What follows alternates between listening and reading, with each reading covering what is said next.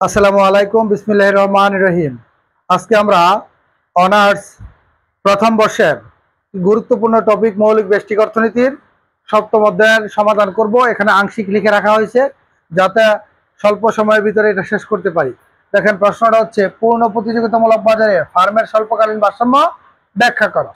তাহলে আমরা এই যে এখানে যে লিখছি পূর্ণ প্রতিযোগিতামূলক বাজার, এটা সংজ্ঞাটা আগে দেওয়ার চেষ্টা করব। লিখছি এখানে পূর্ণ প্রতিযোগিতামূলক বাজার, যে বাজারে অসংখ্য ক্রেতা ও বিক্রেতা থাকে এবং তাদের মধ্যে দর কষাকষির মাধ্যমে একটি নির্দিষ্ট দামের উদ্ভব হয়, তাকে পূর্ণ প্রতিযোগিতামূলক বাজার বলে। মানে এই বাজারটার মধ্যে অসংখ্য, অর্থাৎ পূর্ণ প্রতিযোগিতামূলক বাজারে অসংখ্য ক্রেতা এবং অসংখ্য বিক্রেতা থাকে। কথা বুঝতে পারছেন? এবং এদের মধ্যে অর্থাৎ ক্রেতা ও বিক্রেতার মধ্যে দর কষাকষির মাধ্যমে একটা নির্দিষ্ট দামের কি হয়, উদ্ভব হয়, তাকে কি বাজার বলে? পূর্ণ প্রতিযোগিতামূলক বাজার বলে। এই পূর্ণ প্রতিযোগিতামূলক বাজারে স্বল্পকালে একটি ফার্মের ভারসাম্য অর্জনের শর্ত হচ্ছে দুটি।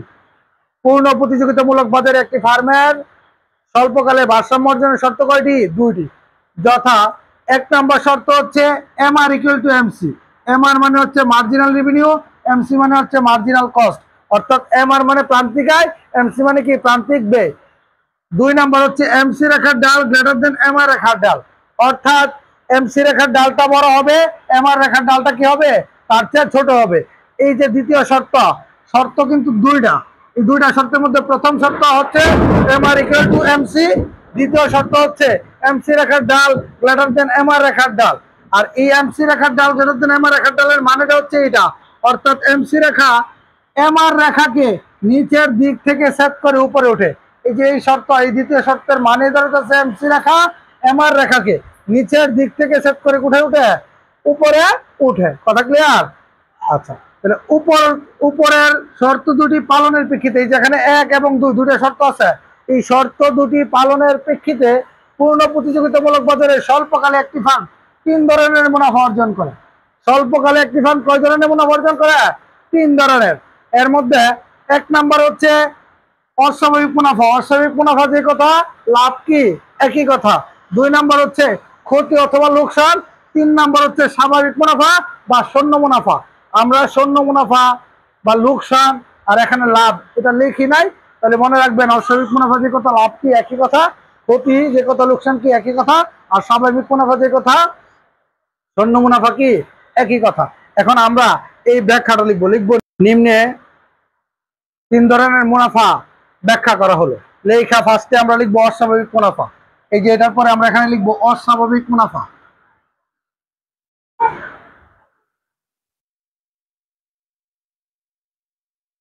লেখা কুলন দিব। অস্বাভাবিক মুনাফা মানে হচ্ছে লাভ। এর মানে মোট ব্যয় থেকে আপনারা লিখবেন, মোট ব্যয় থেকে মোট আয় বেশি হলে ফার্ম অস্বাভাবিক মুনাফা অর্জন করে থাকে, এই কথাটা লিখবেন। মোট ব্যয় থেকে যখন মোট আয় বেশি হবে তখন ফার্ম অস্বাভাবিক মুনাফা অর্জন করে থাকে। অর্থাৎ এক মোট আয় ধরেন, মোট আয় হচ্ছে 600 টাকা আর মোট ব্যয় হচ্ছে 500 টাকা, তাহলে 600 হচ্ছে মোট আয়, মানে টিআর মানে মোট আয় আর টিসি মানে মোট ব্যয়। তাহলে মোট আয় যদি 600 হয়, মোট ব্যয় যদি 500 হয়, তাহলে লাভ কত? এখানে 100। এটার নাম হচ্ছে কি? অস্বাভাবিক মুনাফা। এই কারণে আমরা লিখছি মোট ব্যয় থেকে মোট আয় বেশি হলে ফার্ম অস্বাভাবিক মুনাফা অর্জন করে থাকে। লেখা আপনারা লিখবেন নিম্নে চিত্রের সাহায্যে বিষয়টি ব্যাখ্যা করা হলো। আমরা এখন চিত্রের সাহায্যে বিষয়টি ব্যাখ্যা করব। তাহলে চিত্র অঙ্কন করতেছি, খেয়াল করেন প্রত্যেকে। 3টা চিত্র হবে, তো 3টা চিত্রে মোটামুটি সবকিছু একই রকম হবে। আমরা এই যে লম্ব অক্ষে ওয়াই ও আর এখানে কি লিখতেছি? এক্স লিখতেছি। এইটুকু লেখার পর আপনারা এটা লিখবেন এ আর ইকুয়াল টু এম আর অথবা দাম রেখা। এইটুকু লেখার পর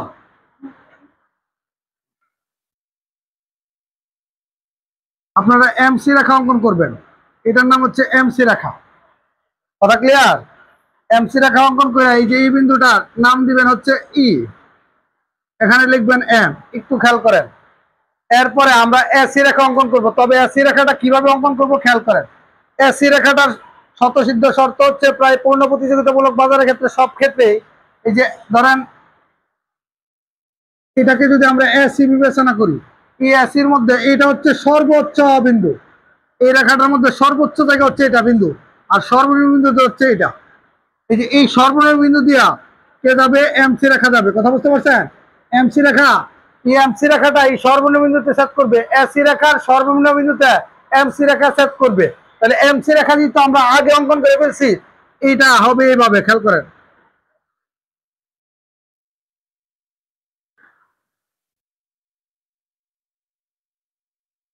এই যে দেখেন, এই যে এমসি রেখা এটা আর এসি রেখা এটা, এসি রেখার সর্বনিম্ন বিন্দু হচ্ছে এটা, এই বিন্দুতে সেট করছে, কথা ক্লিয়ার? এখন এটাকে যখন আপনারা এইভাবে মিলিয়ে দিবেন, ঠিক আছে? কি বলছি, এটার নাম দিয়ে দেন এফ, এটার নাম দিয়ে দেন হচ্ছে জি। এইটুকু, এইটুকু হচ্ছে আমাদের এই চিত্রের সমাধান। কথা বুঝতে পারছেন? তাহলে মনে রাখবেন, পূর্ণ প্রতিযোগিতামূলক বাজারে প্রায় সকল চিত্রের ক্ষেত্রেই স্বতঃসিদ্ধ হচ্ছে এমসি রেখা এসি রেখার সর্বনিম্ন বিন্দু সেট করে উপরে উঠবো, অর্থাৎ এসি রেখা এটা, এটা সর্বোচ্চ বিন্দু, এটা সর্বনিম্ন বিন্দু এই জায়গায় সেট করে উপরে উঠছে। এটার মধ্যে আমরা এটা দেখানোর চেষ্টা করছি, আপনারা একটু দেখে নেবেন, খেয়াল করেন প্রত্যেকে। এখন আমরা একটু এটা থেকে যে মুনাফা এটা বের করবো, তাহলে লিখবেন নিচে হচ্ছে উৎপাদন, আর লম্ব অক্ষে লিখবেন আয় ব্যয় দাম, আয় ব্যয় দাম। দেখেন এখানে পি আছে, পি দ্বারা দাম বোঝায়, এ আর এম আর এটা হচ্ছে আয়, এমসি এসি এগুলো হচ্ছে কি গড় ব্যয়, প্রান্তিক ব্যয়গুলা, এই সবগুলা প্রকাশ করা হয়েছে কোন অক্ষে? লম্ব অক্ষে। এর মানে আয় ব্যয় দাম লম্ব অক্ষে, আর ভূমি অক্ষে হচ্ছে উৎপাদন। এখন আমরা এটা ব্যাখ্যা দিব, এটা কি দিব? ব্যাখ্যা। এই ব্যাখ্যাটা দেখেন কিভাবে দিব, খেয়াল করেন প্রত্যেকে। এই ব্যাখ্যাটা আমরা দিব যে এটা আমরা উপরে লিখলে ভালো হয়, আমরা উপরে লেখার চেষ্টা করতেছি, খেয়াল করেন প্রত্যেকে। উপরে লিখবো না, আপনি লিখবেন চিত্রে ভূমি অক্ষে উৎপাদন, এটা এই চিত্রের ব্যাখ্যা লিখবেন, চিত্রে ভূমি অক্ষ উৎপাদন, এবং তিনটা চিত্র যে অঙ্কন করবো তিনটার ব্যাখ্যা একই রকম প্রায়। তাহলে চিত্রে ভূমি অক্ষে উৎপাদন এবং লম্ব অক্ষে আয় ব্যয় দাম নির্দেশ করা হলো। পরে লিখবেন ই বিন্দুতে ভারসাম্যের শর্ত দুটি পালিত হয়, ই হলো ভারসাম্য বিন্দু। এইটুকু তিন চিত্রের ক্ষেত্রে এক। আমি আবার বলতেছি কিভাবে লিখবেন, এই চিত্র করার পরে আপনি লিখবেন চিত্রে ভূমি অক্ষে উৎপাদন এবং লম্ব অক্ষে আয় ব্যয় দাম নির্দেশ করা হলো, ই বিন্দুতে ভারসাম্যের শর্ত দুটি পালিত হয়, ই হলো ভারসাম্য বিন্দু। প্রশ্ন করতে পারেন যে এই বিন্দুতে ভারসাম্যের শর্ত দুটি পালিত হয় কেমনে? আমি আপনাদেরকে একটু দেখানোর চেষ্টা করতেছি এই বিন্দুতে ভারসাম্যের শর্ত কেমনে পালিত হয়। দেখেন, আমাদের ভারসাম্যের এক নম্বর শর্ত ছিল M R equal to MC, অর্থাৎ এম আর আর এমসি দুইটা পরস্পর সমান হবে। দেখেন এই যে এম আর রেখা হচ্ছে এই রেখাটা, এই রেখা, এমসি রেখা হচ্ছে এই রেখা, এই দুইটা রেখা যে বিন্দুতে সেট করে, এই যে দেখেন এটা হচ্ছে এম আর, আমরা যেটাকে বিবেচনা করছি এই যে রেখা, আর এটা এমসি, এমসি এই যে সেট করলেই বোঝা যাচ্ছে যে জায়গায় সেট করবো এই জায়গায় কি দুইটা রেখা পরস্পর যে বিন্দুতে সেট করে ওই জায়গায় দুইটা দুইটা কি সমান। তাহলে এম আর রেখা আর এমসি রেখা এই বিন্দুতে সেট করায়, এম আর ইকুয়াল টু কি এমসি কোন বিন্দুতে? এই বিন্দুতে, কথা ক্লিয়ার? এরপর একটা হচ্ছে দুই নাম্বার শর্ত, অর্থাৎ এক নাম্বার শর্ত এটাতে মিলে এমসি রেখার ডাল গ্রেটার দেন এম আর রেখার ডাল। এটার মানে হচ্ছে এমসি রেখা এম আর রেখাকে নিচের দিক থেকে সেট করে উপরে ওঠা। দেখেন এমসি রেখা হচ্ছে এইটা, এই রেখাটা এম আর রেখাকে কোন জায়গায় নিচের দিকে সেট করে? এই যে এম আর রেখা এটা, এটাকে সেট করে এই বিন্দুতে সেট করে। এর জন্য এই বিন্দুতে এক নাম্বার এবং দুই নাম্বার দুইটি শর্ত পালিত হয়। এটা হচ্ছে কি বিন্দু? ভারসাম্য বিন্দু, কথা ক্লিয়ার?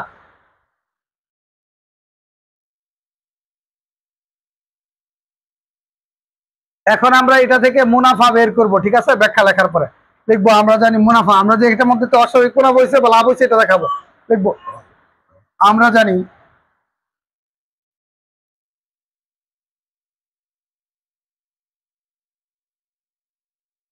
মুনাফা, মুনাফাকে প্রকাশ করা হয় আয় দ্বারা।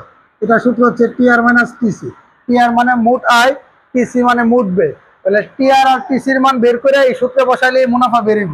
তাহলে লেখেন, অতএব এই ক্ষেত্রে বা চিত্রে টিআর, টিআর এর সূত্র আমরা জানি হচ্ছে পি ইন্টু কিউ, এটা আমরা জানি। কিন্তু এখানে দেখেন এই যে এ আর দি কথা, পি কি একই কথা, তাহলে এই পি এর জায়গায় আমরা এ আর লিখে দিব। তাহলে সূত্র হচ্ছে এ আর ইন্টু কিউ। একটু খেয়াল করেন, এই যে এ রেখাটা ভারসাম্যবিন্দু কি, এ রেখাটা কোন বিন্দুতে সেট করছে? এই বিন্দুতে। দেখেন এ রেখাটা সেট করছে কোন বিন্দুতে? এই বিন্দুতে। তাহলে এ আর মানে গড় আয়, তাহলে আয়টা হচ্ছে কোন অক্ষে? আয় ব্যয় দাম লম্ব অক্ষে। সকল ধরনের আয় সকল ধরনের ব্যয় এগুলো কোন অক্ষে? লম্ব অক্ষে। তাহলে এই বিন্দু থেকে লম্ব অক্ষের দূরত্ব কতটুকু দেখেন তো? এই যে এই বিন্দু থেকে লম্ব অক্ষের দূরত্ব হচ্ছে এইটুকু, ইএম। তাহলে আমরা এ আর এর মান লিখবো ইএম।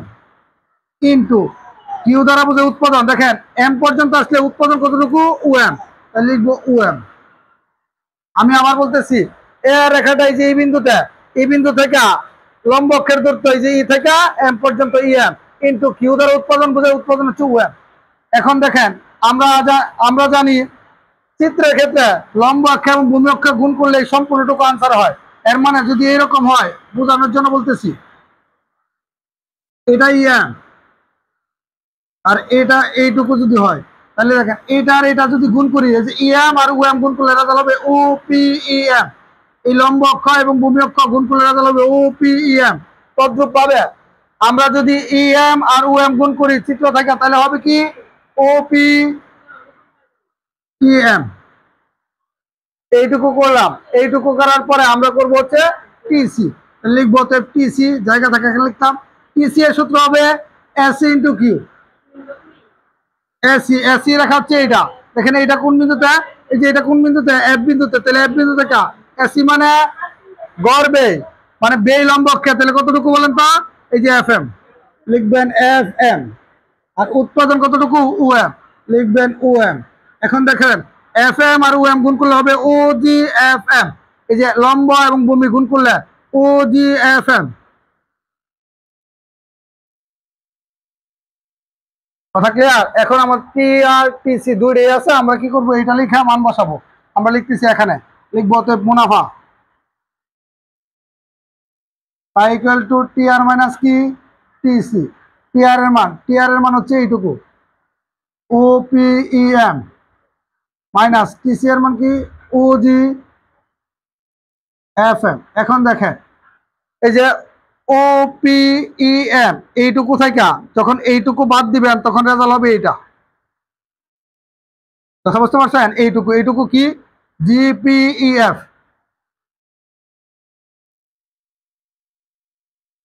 এখন প্রশ্ন করতে পারেন এটা কি প্লাসের হবে না মাইনাসের?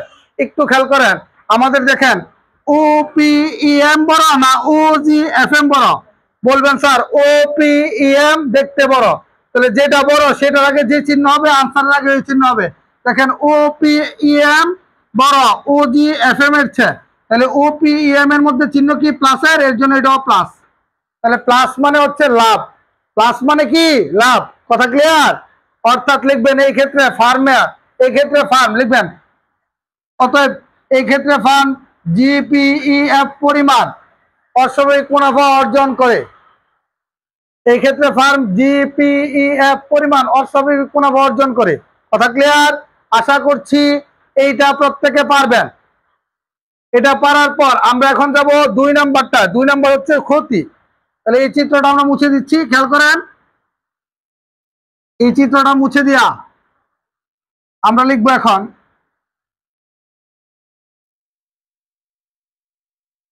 ক্ষতি অথবা লোকসান, যে কোনো একটা লিখবেন। এই যে 2 নাম্বারটা, এটার সংজ্ঞাটা লিখবেন এইভাবে যে মোট আয় থেকে মোট ব্যয় বেশি হলে ফার্ম ক্ষতির সম্মুখীন হয়। অর্থাৎ আপনি যত টাকা আয় করবেন তার চেয়ে যদি ব্যয় বেশি হয়ে যায় তখন আপনি ক্ষতির সম্মুখীন হবেন। তাহলে মোট ব্যয় থেকে মোট মোট আয় থেকে মোট ব্যয় বেশি হলে ফার্ম ক্ষতির সম্মুখীন হয়। এইটুকু লেখে লিখবেন। নিম্নে চিত্রের সাহায্যে বিষয়টি ব্যাখ্যা করা হলো। দেখেন আমরা চিত্রটা অঙ্কন করতেছি। চিত্রটা হচ্ছে তিনটা চিত্রের এইটুকু পর্যন্ত সেম।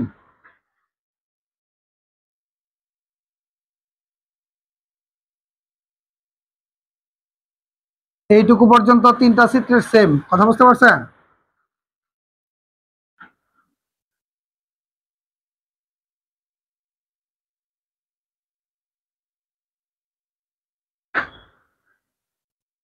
এইটুকু পর্যন্ত তিনটা চিত্রেরই কি হবে, সেম হবে। এখানে হবে আয় উৎপাদন,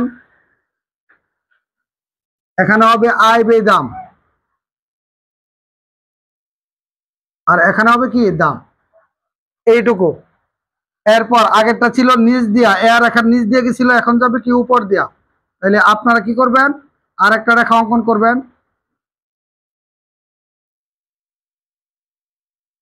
উপর দিয়া। এটার নাম দিবেন হচ্ছে জি, এটার নাম এফ দিব। তবে এমসি রেখা হচ্ছে এসি রেখার সর্বনিম্ন সেট করবে আগেরটার মতো।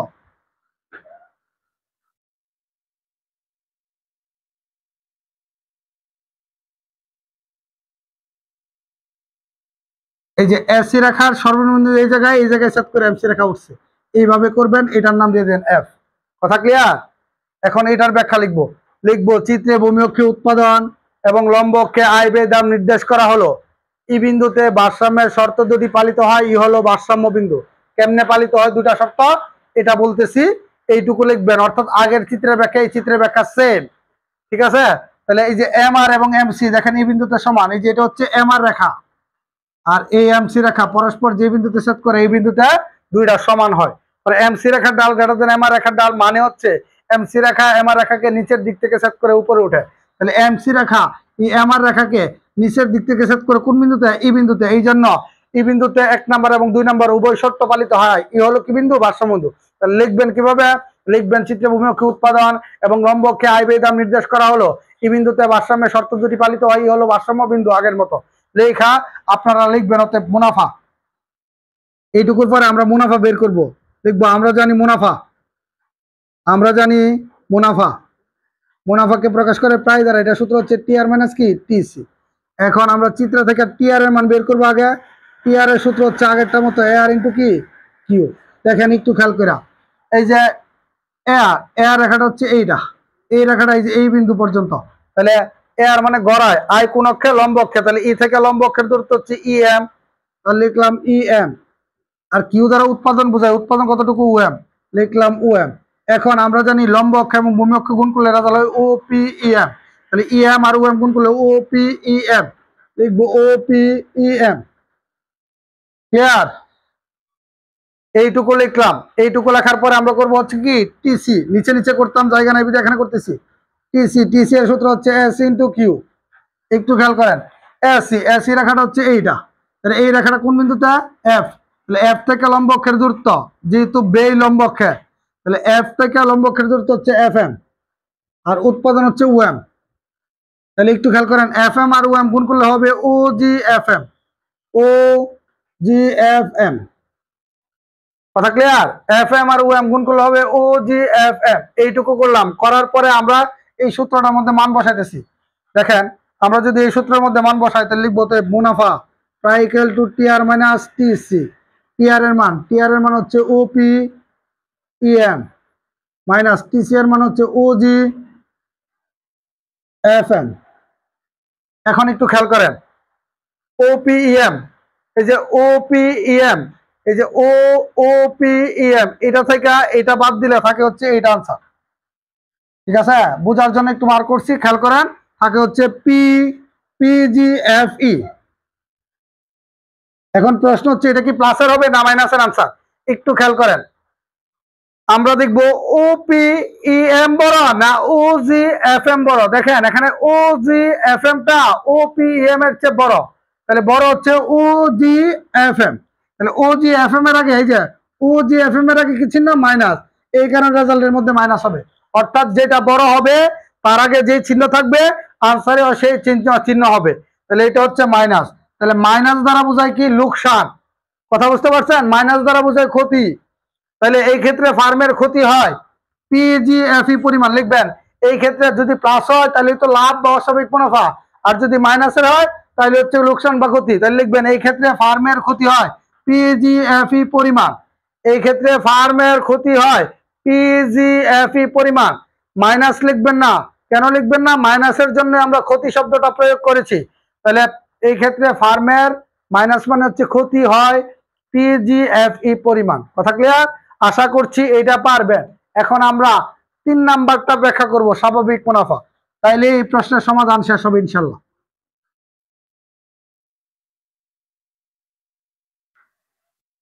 স্বাভাবিক মুনাফা,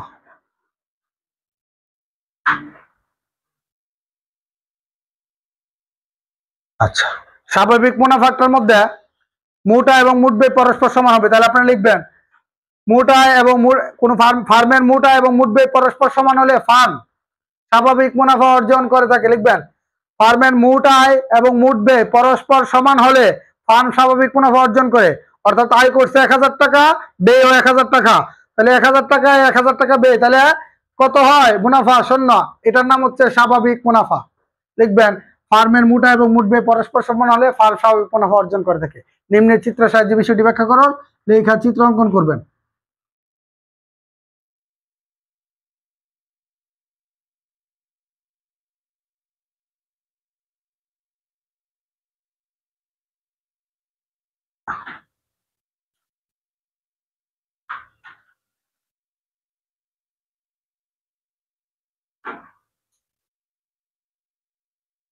এইটুকু হচ্ছে তিনটা চিত্রের মধ্যে এইটুকু সেম।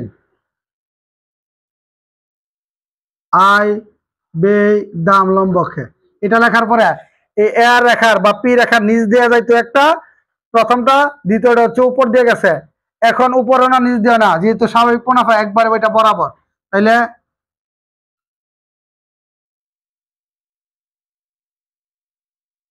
এই এসি রেখার সর্বনিম্ন বিন্দু এই এমসি রেখা সেট করে উপরে উঠবে। অর্থাৎ দেখে খেয়াল করেন, এসি রেখার সর্বনিম্ন বিন্দুতে এমসি রেখা সেট করে উপরে উঠবে। কথা ক্লিয়ার? এইটুকু লিখলাম, এটা হচ্ছে এটা। তাহলে আমরা লিখবো চিত্রে ভূমি অক্ষে উৎপাদন, এটার ব্যাখ্যা, এবং লম্ব অক্ষে আয় ব্যয় দাম নির্দেশ করা হলো। এই বিন্দুতে ভারসাম্যের শর্ত দুটি পালিত হয়। ই হলো ভারসাম্য বিন্দু। কেমনে পালিত হয়েছে? এই যে M R equal to MC, দেখেন এটা হচ্ছে এম আর রেখা আর এটা এমসি রেখা, এই বিন্দুতে সমান হয়েছে। এর মানে 1 নম্বর শর্ত পালন করে। পরে এমসি রেখার ডাল গ্রেটার দেন এম আর রেখার ডাল, মানে দাঁড়াচ্ছে এমসি রেখা এম আর রেখাকে নিচের দিক থেকে সেট করে উপরে ওঠে।